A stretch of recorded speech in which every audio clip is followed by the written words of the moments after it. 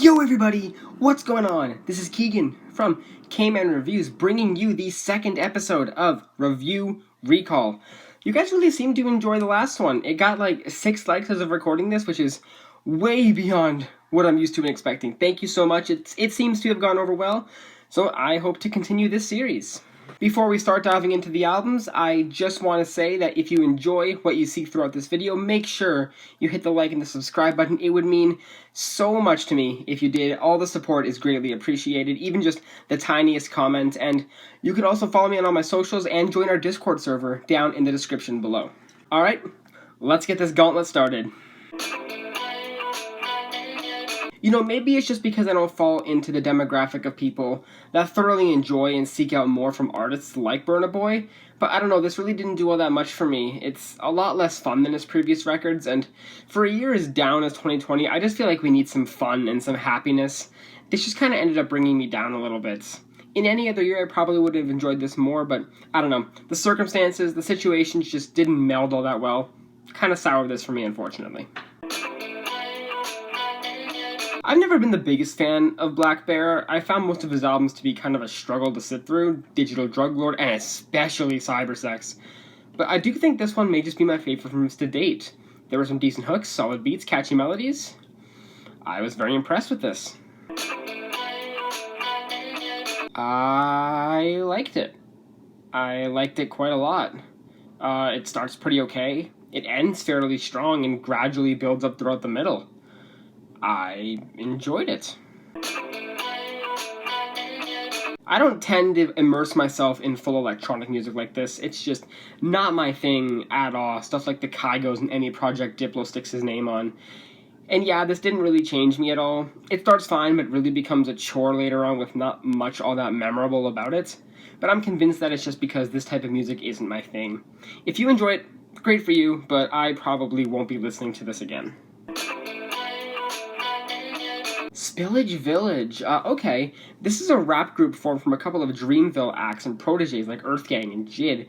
And unsurprisingly, with the names associated, it's bound to be good, and yeah, it is. There's really a lot to sink your teeth into with this album, and I found myself vibing and enjoying quite a lot of the melodies on some of the tracks here, especially the moody R&B flavored Ocean. That really stood out to me in its ambient qualities, which is a good majority of this album. If the names I've mentioned make you intrigued, do not sleep on this. You will definitely find something, even just one track here that you will love. Guaranteed. Now, look, I wanted to make a meme joke for this, and I was ready for it too going into this album, but could we just understand for a second that if this album finished at track 11 Home, it would probably be pretty okay, but the last 2 tracks kind of curdled the rest of the experience by their sheer presence alone. Basically all I'm trying to say is I didn't hate most of this. You know, I've been a big fan of Shawn Mendes for a long time, but I'll admit that his album material in my eyes has slowly gone downhill. Thankfully, I don't think it's his worst. He's definitely ramped up the bop quantity on here, which I always enjoy and appreciate, but I don't find myself as captivated with his songcrafting anymore. Maybe that's just a sign of me getting old and out of my teenage years. I frankly don't know. I was excited going into it, the singles were promising, but the full album listen here, it doesn't leave me hungry for more like his past 3 albums. It's acceptable, I don't really have many qualms about it, it just didn't wow me, I guess. You know, it's good, it's YG, of course it's good, but this just kind of feels like the most accessible and safe project he's ever made. Anyone who enjoys rap music will like it, but it's not going to be a standout for the year, or even in his catalog. Okay, does anybody even know that this guy is still alive and making music? I remember him being fairly big a couple of years ago, and then I guess people just moved on to better things. And in all honesty, after listening to this 22-track album, I kind of get why. It's just a bunch of moody, sultry, and slow R&B. Much like most longer albums, it wore pretty quickly in terms of enjoyability. Although Trey's got a great voice for crooning over these types of beats, so in my opinion, cut the track list down maybe to about 16 tracks. You've got a fairly good album on your hands.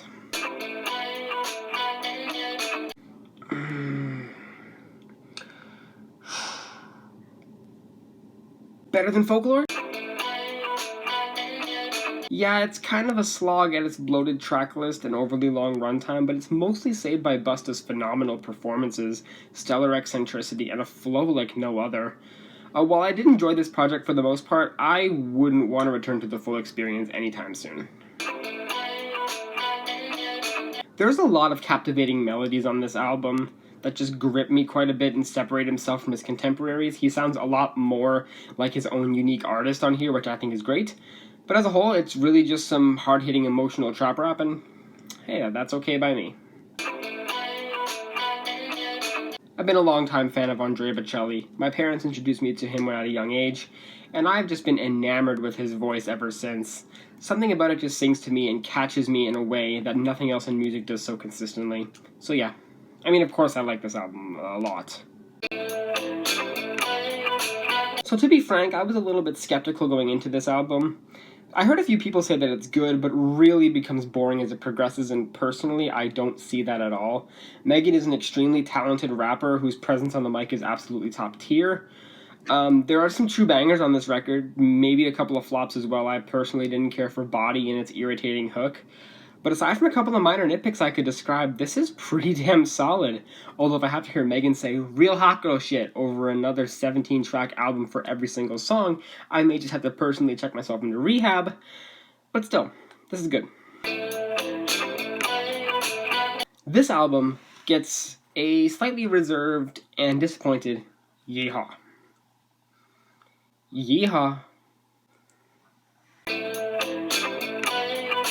This album gets a very impressed and impassioned yeehaw. Yeehaw! This album gets nothing. Nothing at all. It's so in one ear out the other.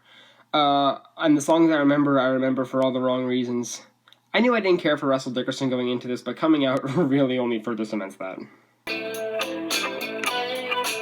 You know, this album could just be 11 exact copies of the song Too Late, and I would still really enjoy it.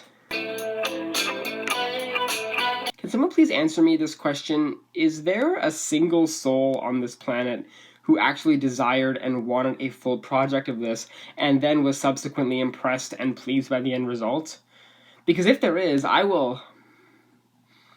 You know, frankly, I don't want to say anything, because if I do end up seeing someone like that, I might end up getting held accountable. But I'll be shocked because I don't think this is very good. Yeah, this is Miley's best album to date, no question. Midnight Sky was pretty damn good, but deep down, I just had a hunch that she could really nail this genre with a bit more fire. And she must have took my advice, because she did just that on this record. The opening few tracks are so incredible. WTF Do I Know, the title track, Angel Like You, and the amazing Prisoner with Dua Lipa, all incredible. And I love the Billie Idol collaboration on Nightcrawling. Also, the Heart of Glass cover is phenomenal. She sings that so eloquently. I love this album so much. Highly recommended. Billie Joe Armstrong put out a better album this year in covers than Green Day did in originals. That's how weird 2020 was.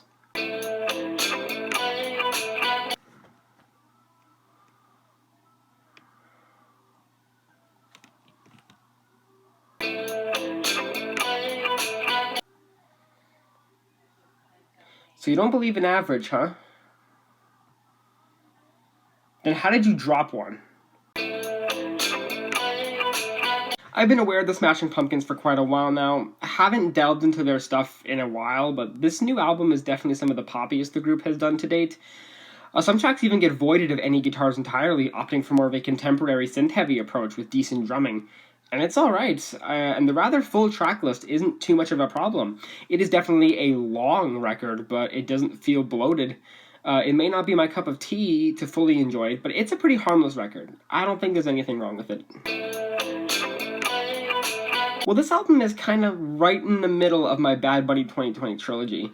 It's good, and some tracks on here have a very solid balance to them, but I do think it goes on for a touch too long, and some tracks really start to run thin and become a bit generic. It's fine. It didn't capture me, though. Alright, a little bit of a shorter review recall today. Let me know what you guys think of this format. I tried to cut down my talking a little bit, maybe doing a couple more jokey, funny sort of reactions. Let me know if you guys like that change or you want me to talk a little bit more. I'm fine with either way. All criticism is welcomed in the comments below. Thank you all so much for watching. I will see you in the next one. Peace.